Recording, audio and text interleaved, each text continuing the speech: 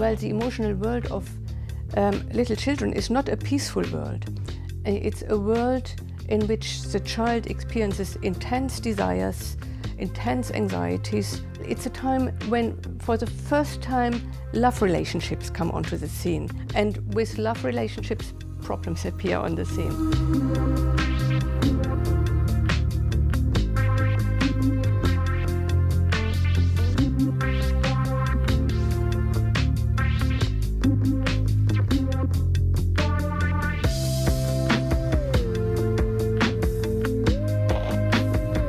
Around the Oedipal period, around the ages of 3 to 5, you're being asked to do such difficult things in a way, to give up such a lot. I mean, the idea of becoming obedient, of not taking things that you want, of letting other people go first.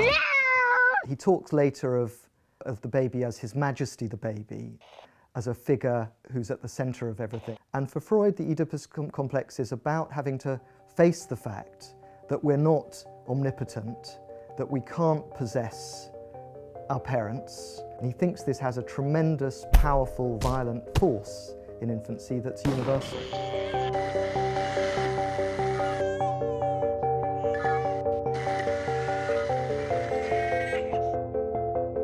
The Oedipus complex is a genuine complex.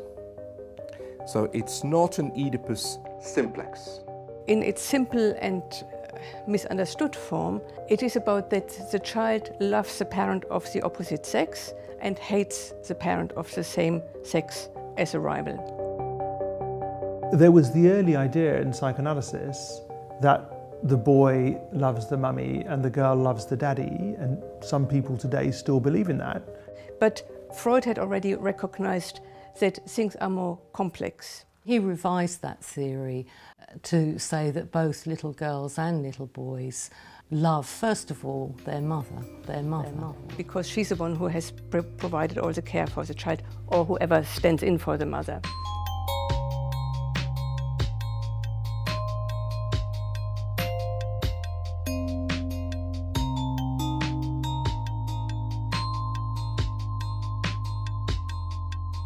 Now, Freud had absolutely no reservation calling this sexual. But the idea of sort of wanting to have sex with a parent at a very young age, it's not really so straightforward, because there's the question of what wanting to have sex means. I don't think Freud said children want to have sex with their parents. What children want is, at the Oedipal stage, they want to, in some way, possess the mother, they want to fuse with her. They have some idea that the genitals may play a part in this as well, but they have no clear idea, and certainly not the idea that it involves what adults would consider to be genital sex. And so if, as a, I don't know, a 23-year-old, you say, I want to have sex with that person, that might mean one thing to you. But a 3-year-old child who wants to get satisfaction from its mother somehow, and its mother who has been giving it satisfaction all of its life, it means something totally different. So it might want to rub its genitals against her, it might want to suck part of her, it might want to do all sorts of things with her that then it might never want to admit to having wanted again. You know, by the time it's 10 or 12, it might find that just ultimately disgusting.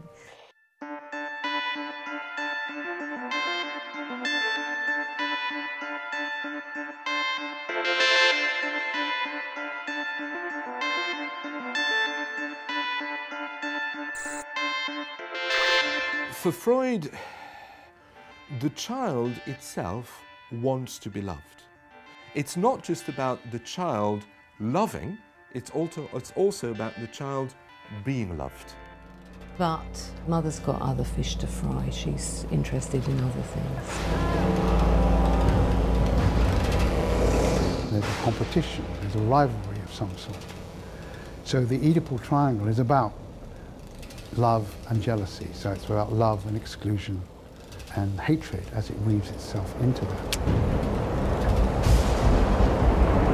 It's got the strong love for the mother, it's got the hate for any rival, a sibling, a father. It's got conflicts arising from the love and hate for the same person, and the anxiety of what they might do with him if they discover his hostile feelings.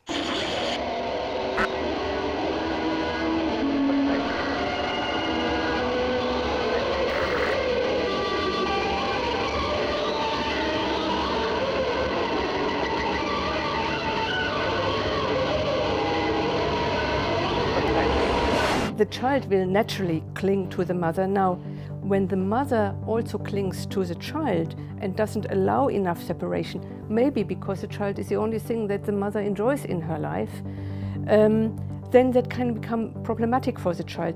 And that would be part of the Oedipus complex, and so a mother might be incredibly overwhelming, and actually you might, the idea that your dad could step in and do something about that, you might go to your dad because he's laying down a rule, but you might also be incredibly relieved that he was able to do that for you. So the father in the Freudian model is the person who represents authority, who represents the law, and who in a sense also functions, and this is very crucial, as a love object for the mother. It just needs to be something that captures mother's interest more than we do. It could be another woman, it could be a family friend, it could be a relative. Anyone who has the function of separating the mother from the child and the child from the mother.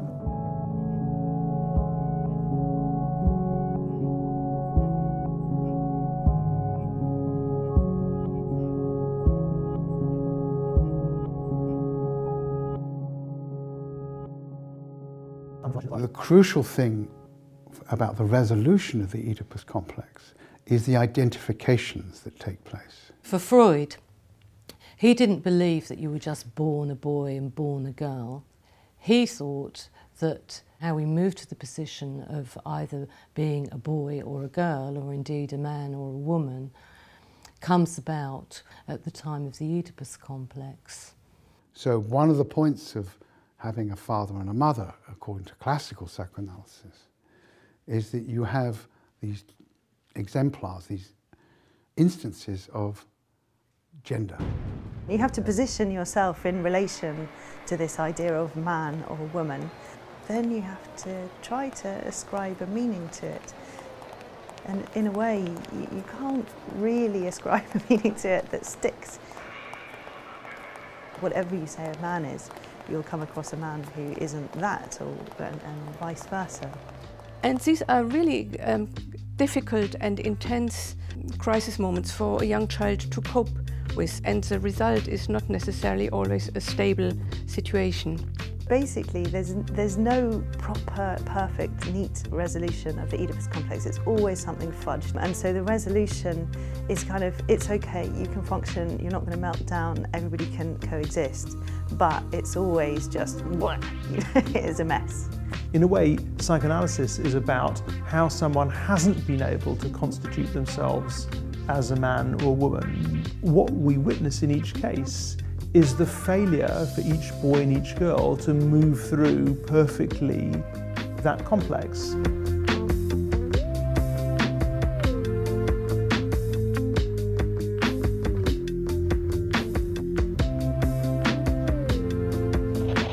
There is the idea in psychoanalysis that the Oedipus complex and how we dealt with it either marks us for life or haunts us. That it's very, very critical. And you can see that at work in adults, because what do people talk about when they come and see a psychoanalyst, apart from directly about their symptoms? Recurrent nightmares, depression, anxiety. What do they talk about? Well, they talk about relationships at work. They talk about the relationships they have with boyfriends, girlfriends, partners. But they also talk about their parents. They talk about their family.